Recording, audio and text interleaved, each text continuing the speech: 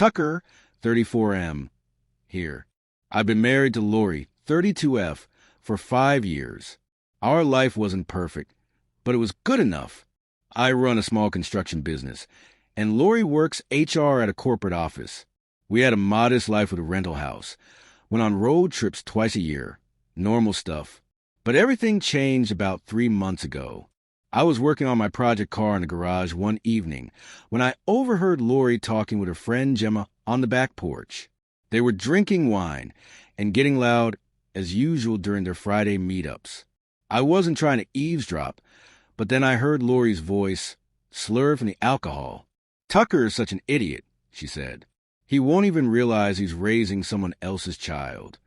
Gemma's laugh followed. "Oh my God, you're terrible," she said. "Does William know?" Lori answered, "Of course he knows. He's been helping me practice for months now." I froze, heart pounding, as I realized that William, her co-worker, was the one she was seeing. The same William who would show up at office parties with his wife, Harlow, always standing too close to Lori. But instead of confronting them right away, I stayed quiet. I didn't make a scene. I just pulled out my phone and hit record, letting them talk for another 15 minutes.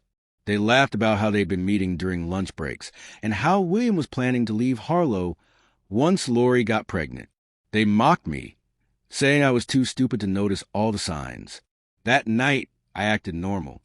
I kissed Lori hello, asked about her day, and we watched Netflix. But inside, I was taking inventory of all the red flags I had ignored. The new phone passwords, the late girls' nights, her sudden interest in going to the gym at strange hours. Classic signs. The next week was pure hell. I kept my poker face on and ordered paternity test kit, not for any existing child, but to have it ready. I started documenting everything. The late nights, the strange charges on our bank statements, photos of her car parked at yoga class when she said she'd be at work. It all pointed to her affair. Then, last night, Lori announced she was pregnant. She showed me 2 positive tests, jumping into my arms, crying happy tears about nursery colors and baby names. I played along, telling her how excited I was. But when I hugged her, I saw something in her eyes, a mixture of smugness and guilt. I waited until she fell asleep, then sat in the garage, drinking a beer and planning my next move. That's when I got a text from Gemma. "Congrats, Daddy." The audacity made me laugh. They really thought I was that clueless. Here's the thing. I'm not a pushover who's going to cry or do something irrational. I've got a plan. I already spoke to a lawyer, paid in cash, and set things up in another town. I've been documenting everything, moving money around legally, and preparing my exit strategy.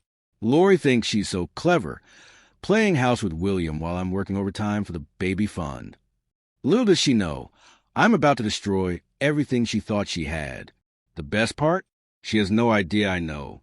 She walks around our house, planning the nursery, showing me paint samples, talking about our future, while I'm preparing to burn her whole charade to the ground. Right now, I'm gathering evidence and getting everything in order. The look on her face when it all comes crashing down will be worth every second of playing dumb. I know it sounds cold, but you don't get to play someone for a fool and walk away clean. Not in my book. Stay tuned. This is just getting started. I've been playing it cool, acting normal, while quietly setting everything in motion. Every morning, I kiss her goodbye like nothing's wrong, and every night I listen to her lies about working late. My blood boils, but I keep my face neutral. Last Thursday, I met with a divorce attorney during my lunch break. He's handling everything quietly and said I was smart to come in before tipping my hand. I've been documenting everything, backing up texts, recording conversations, single-party consent state, and tracking expenses. The paternity test results are locked in my work truck's glove compartment. Yesterday was rough. Lori invited William and his wife, Harlow, over for dinner, watching them act normal, while knowing what I know was torture. William kept making these little jokes about how great it is that we're all such close friends. I caught him and Lori exchanging glances when they thought no one was looking. Poor Harlow was totally clueless, showing us pictures of their kids on her phone. The breaking point came when Lori casually put her hand on William's shoulder while serving dessert. It seemed innocent enough, but I saw red. I excused myself to the bathroom and splashed cold water on my face. Not yet. Everything has to happen in the right order. This morning, I transferred my latest paycheck to a new account Lori doesn't know about. I've been doing that for 2 weeks now. Nothing illegal, just protecting what's mine. The apartment lease is signed and paid for 3 months in advance. Basic furniture arrives tomorrow. I've slowly been moving important documents and irreplaceable items to a storage unit. The real bomb is going to drop tomorrow at the family barbecue Lori's parents always host for Memorial Day weekend. Everyone will be there. Her sisters, our friends William and Harlow. Lori's been stressing about it all week, probably because William is coming. She doesn't know I've been talking to her parents. I called her mom last week, voice shaking, and asked for advice about something serious. I met them for coffee while Lori was working late and showed them everything. The test results, the text messages I recovered, the bank statements with suspicious purchases. Her dad went silent, and her mom started crying. They're devastated, but standing by me. Tomorrow, they're helping me set the stage. The plan is simple. During the barbecue, Lori's mom is going to ask about grandkids, like she always does. But this time, I'm not laughing it off. This time, I'll say something that will make Lori panic. Just a casual comment about some interesting medical results from my recent checkup. Nothing direct, just enough to make her sweat. I know Lori. She'll pull William aside to freak out.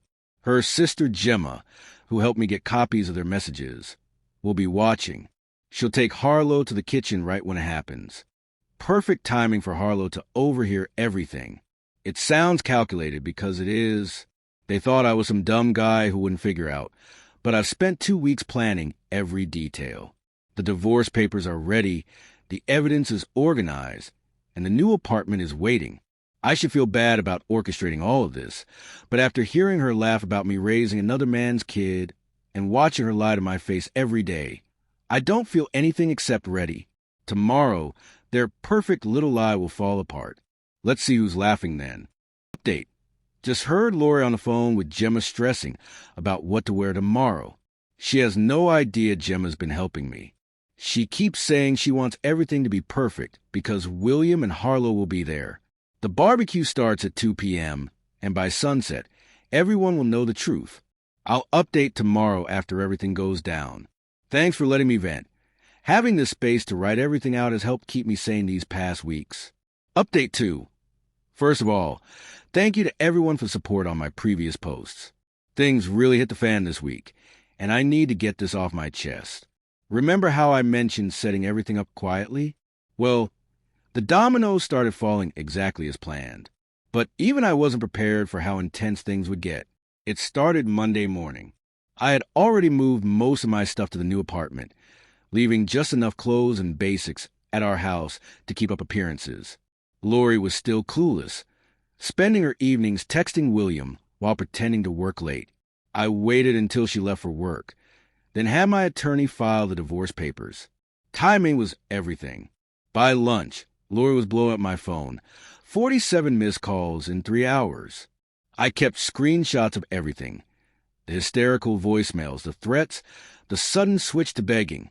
But I stuck to my plan, only responding through text and keeping everything documented. Then came the showdown at my parents' house. I had invited both our families over for dinner to supposedly discuss some important news. Lori showed up uninvited, mascara running, screaming about how I was trying to ruin her life. She actually threw her phone at me when I calmly pulled out the paternity test results. My mom, who had been suspecting something was wrong for months, just sat there with this look of absolute disgust on her face. The best part? William's wife, Harlow, was there too. Small world. Watching Lori's face when Harlow walked in was priceless. Turns out William had been feeding Lori the same lines he used on 2 other women before her. Real winner. That guy. You stupid bastard. Lori screamed, getting right in my face. You have no idea what you're throwing away. We could have been happy. I just looked at her and said, happy raising another man's kid while you 2 laugh behind my back? That kind of happy. She tried to slap me. I caught her wrist. The room went dead silent. The funny thing is I told her, you thought I was some dumb construction worker who wouldn't figure out, but I've got texts, recordings, bank statements, everything. Your boyfriend, William? He's been embezzling from the company. HR is looking into both of you right now. This morning, Lori lost her job. Turns out sleeping with your married coworker and using company time to plan your deceptions isn't looked upon kindly in corporate America. William's wife cleaned out their joint accounts and moved in with her sister. He's been calling me, threatening legal action, but my attorney just laughs. We've got everything documented, but here's where it gets even better. Remember Lori's friend Gemma, the one who helped her hide everything? Her husband, Colby, is my best friend's brother. It was real interesting showing him the text where his wife helped plan this whole thing. Another marriage bites the dust. The fallout has been clear. Lori's family won't speak to her. Her friends are choosing sides. She showed up at my apartment this morning, kicking and screaming at my door. The security footage caught the whole thing. Another piece of evidence for the restraining order I'm filing tomorrow. But I'm not done yet. Lori doesn't know about the second set of messages I found. The ones that show this isn't the first time she's pulled this stunt.